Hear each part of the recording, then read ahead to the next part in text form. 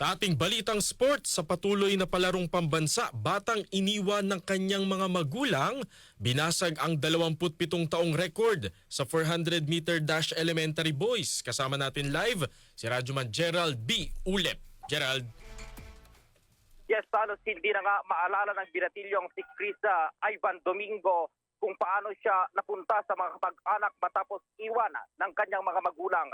Si Domingo lang naman itong nakabasag sa 27 taong record sa 400-meter dash sa oras na 54.29 seconds sa elementary boys. Ang record ay dating hawak ni Tahina Basal ng Western Visayas Region na may lumang record na 54.30 mark.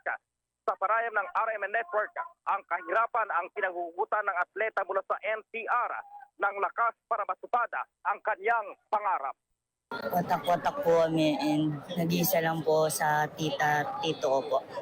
Sumama po sa tita ko and doon po ako nagsikap para mabago po yung buhay po namin.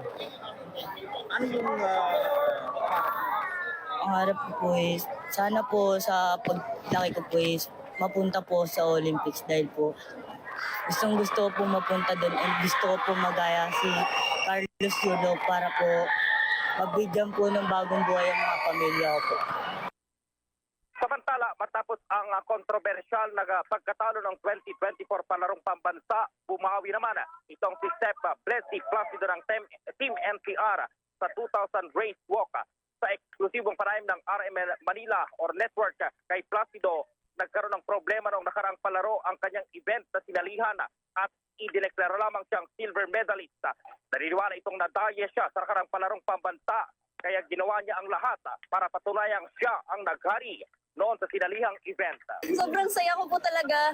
Nawa po ma-break ko po talaga and ma-officialize po yung record. Opo.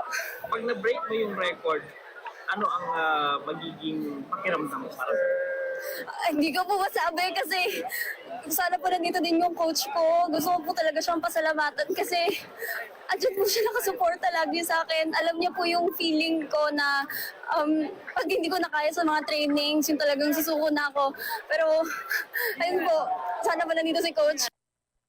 Yan si Chris Ivan Domingo at Steph Blessy Placido sa parayam ng RMN Network. At live mula pa rin dito sa Ferdinand E. Marcos Memorial Stadium sa Lubag City sa Ilocos Norte. Para sa Palarong Pambansa 2025 Special Coverage, Radyoman Gerald B. Ulep, Tataka, RMN. Thank you, Gerald.